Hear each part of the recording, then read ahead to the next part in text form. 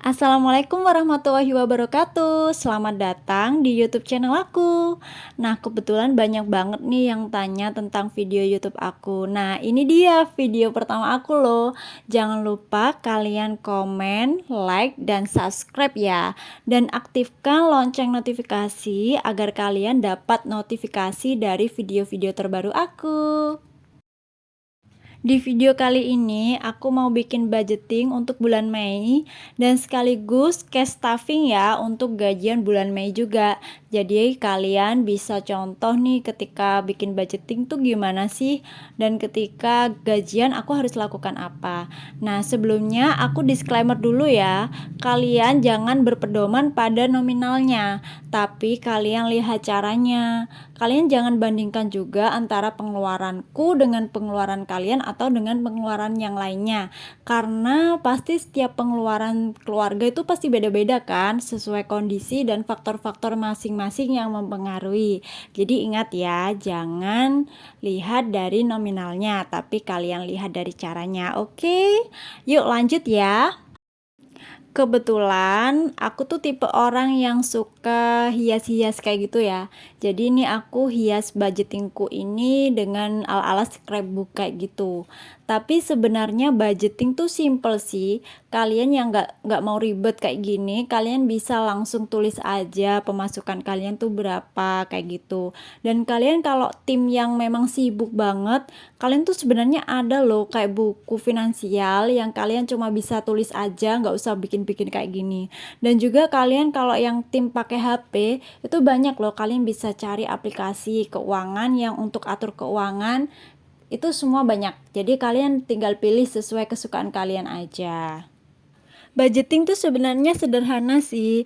Kalian cukup tulis pendapatan kalian tuh berapa. Nah, pendapatan tuh macam-macam kan, bisa dari gaji suami, gaji kalian sendiri, ataupun hasil usaha. Fungsi dari kita menulis pendapatan kita itu apa sih? Jadi kita supaya tahu pendapatan kita untuk bulan depan tuh berapa kira-kira. Nah, ketika kita membuat anggaran, kita tahu dan kita mengupayakan supaya tidak lebih dari pendapatan kita. Karena jangan sampai loh kalau kita pengeluarannya lebih dari pendapatan, nanti akhirnya pasti minus. Dan itu jangan sampai seperti itu ya. Nah, kalau aku di sini mengatur keuangan dari gaji suamiku, tapi gaji suamiku itu tidak semuanya diberikan ke aku ya. Jadi dia mengatur sendiri. Kemudian untuk kebutuhan bulanan, kebutuhan mingguan, kebutuhan keluarga, dia serahkan ke aku. Jadi aku yang mengatur seperti itu. Nah, ini kebetulan aku hanya mengatur dari pemberian suamiku aja. Sebenarnya aku ada hasil usaha dan hasil kerja freelanceku juga, tapi aku pisah ya karena biar simple dan gak kecampur kayak gitu. Jadi memang untuk usaha aku sendirikan, untuk freelance aku sendirikan. Nah, untuk budgeting bulan Mei ini aku dahulukan untuk saving ya. Saving sendiri aku bagi beberapa. Ada pendidikan buat anakku, ada dana darurat, ada liburan, dan ada untuk sinking fund.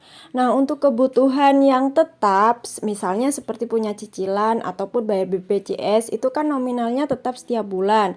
Kalian bisa tulis di pengeluaran tetap atau fixed expenses.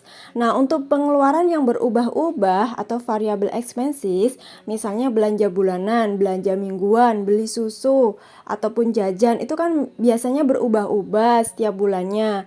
Nah, kalian bisa tulis di pengeluaran tidak tetap seperti itu. Kemudian kalian jumlahkan semuanya dan jangan sampai ya nanti pengeluaran kalian jangan sampai melebihi dari pendapatan.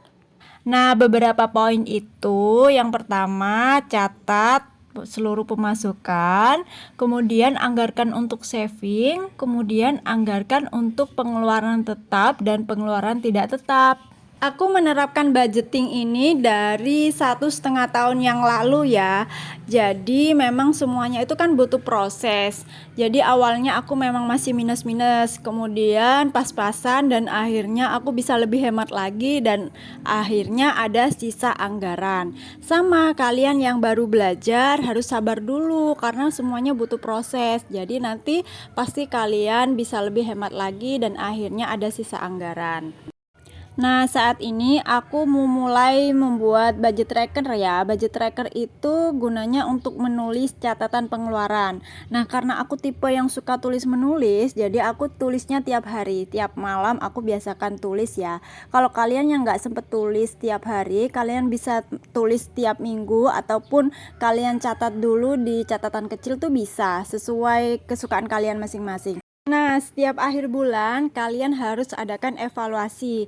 Kalian evaluasi anggaran mana yang kadang kan ada banyak lebihnya, kemudian ada anggaran yang sampai kurang-kurang. Nah, kalian perbaiki lagi anggaran kalian itu di bulan depan agar anggaran yang kalian buat itu lebih sesuai dengan pengeluaran sebenarnya.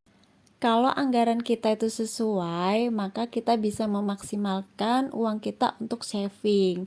Nah, gunanya membuat anggaran ya seperti ini. Kita evaluasi di akhir bulan, kita supaya tahu mana sih yang boros, mana sih anggaran yang tidak sesuai. Jadi kita bisa tahu dari anggaran yang kita buat ini. Nah, teman-teman, kalian jangan cuma fokus untuk mengumpulkan sisa anggaran yang banyak ya. Sampai-sampai kalian tidak belanja bulanan, tidak beli beras, tidak beli kebutuhan yang sebenarnya penting. Bukan seperti itu ya konsepnya. Gaji kalian cukup sampai akhir bulan, itu aja sudah alhamdulillah. Nah, fungsinya kita membuat anggaran seperti ini agar pengeluaran kita tidak lebih dari pendapatan. Nah, sekarang kita udah masuk di bagian cash stuffing ya. Jadi ini ketika gajian, aku pisahkan uang-uangku ini sesuai anggaran yang aku buat tadi. Nah, misalnya untuk belanja bulanan 600.000, aku langsung masukkan ke dompet ini ke bagian belanja bulanan 600.000. Nah, fungsinya apa sih Kak? Kok dibeda-bedakan? Kan sama-sama uang. Nah, kalau dibeda-bedakan seperti ini, kita udah tahu keperluan yang harus kita keluarkan untuk misalnya belanja bulanan, untuk beli susu, itu sudah ada. Dan kita ketika nanti mau ambil uang, jadi biar nggak kebablasan gitu loh. Kalau misal kita udah campur uangnya, kemudian kita ada hasrat untuk aku pengen jajan, aku pengen beli ini. Kadang kita merasa, oh uangku masih banyak. Oke lah, aku mau ambil dulu. Padahal sebenarnya itu uang untuk kebutuhan yang lainnya yang lebih penting. Nah, kadang kita kan merasa kalau udah gajian tuh sehari dua hari kita merasa amat sangat kaya raya ya. Padahal sebenarnya itu uangnya sudah ada posnya masing-masing kayak gitu. Nah, untuk aku pribadi di sini aku sebutkan ya, untuk belanja bulanan aku ada 600.000, aku anggarkan 600.000. Untuk kebutuhan di sini ada 5 orang dewasa, kemudian ada satu balita ya di rumahku.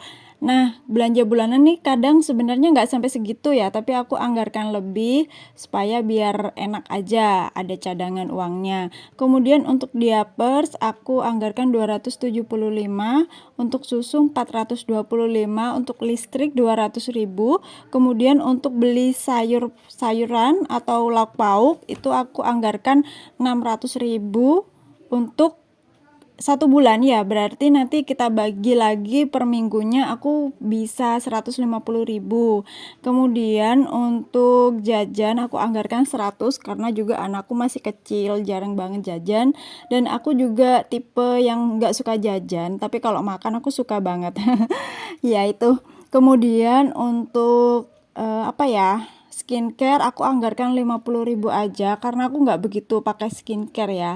Tapi nanti ketika uang skincareku itu masih utuh, aku tetap apa ya, kumpulin ya. Karena kan skincare itu kadang belinya nggak 1 bulan sekali, tapi bisa 2 bulan sekali, 3 bulan sekali. Jadi aku kumpulkan. Nah, kemudian untuk orang tua di sini 400.000, walaupun orang tua masih tinggal sama aku ya. Aku tinggal sama orang tua, jadi tetap aku kasih buat jaga-jaga pegangan untuk mereka. Nah, aku cek lagi ya. Kemudian ini untuk uang sisanya ini aku masukin ke tabungan. kemudian sama aku masukin ke sinking fund nanti. Nah, ini untuk tabungan yang pertama, aku ada tabungan pendidikan buat anakku, aku kasih 100.000 untuk bulan ini.